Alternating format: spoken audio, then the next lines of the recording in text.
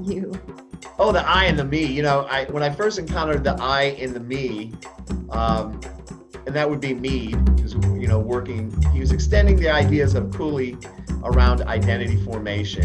When I think of the I and me, I immediately think of grammar, where I is the subject and me is the object. Well, if you're the subject, then you're in control of things in your own world, and if you're a me, then things are happening to you, right? And so in our socialization and our identity development, there is a part of us that we are unique and have developed on our own accord, but then there's also a part of us that has been shaped by external forces. And a lot of people, at least me in adulthood, try to figure out which is which. So is it kind of coming from Freud's conscious and subconscious?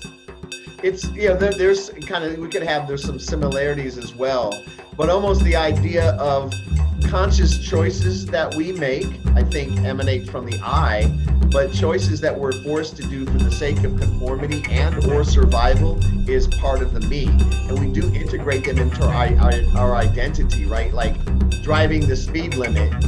For some people, that would be an I, and for me, it's a me. I'm imposed to drive the speed limit by the law. So that's where it can get really blurry. So the difference between your fantasy self, or how you think of yourself, you really are, versus just the expected behaviors. Absolutely. So in your head, you want to rebel in this particular way, but in your reality, then you just conform to what's expected. Yeah, because I think people make choices. I think there's a cost-benefit analysis of choices, but I also think as we get older and closer to death, I feel like we feel more freedom and liberation to really let the I out. It's kind of like the id, right? It is like the id. It's unrestrained. It's like organic and natural. But the I is, this is who I am. This is what I believe, and I don't care what you think. I've been playing this game for years, but I was like, why? It's really hard to wait to the end of your life to kind of get there, right?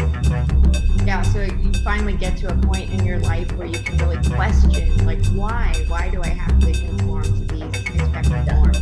Why do they exist in the first place? We might be conforming even more than we need to in certain things, and repressing creativity and repressing expression.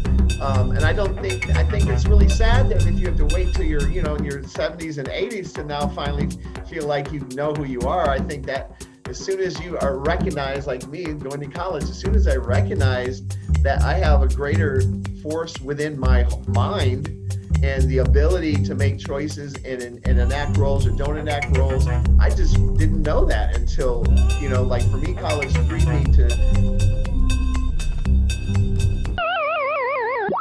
So in your head, you want to rebel in this particular way, but in your reality, then you just conform.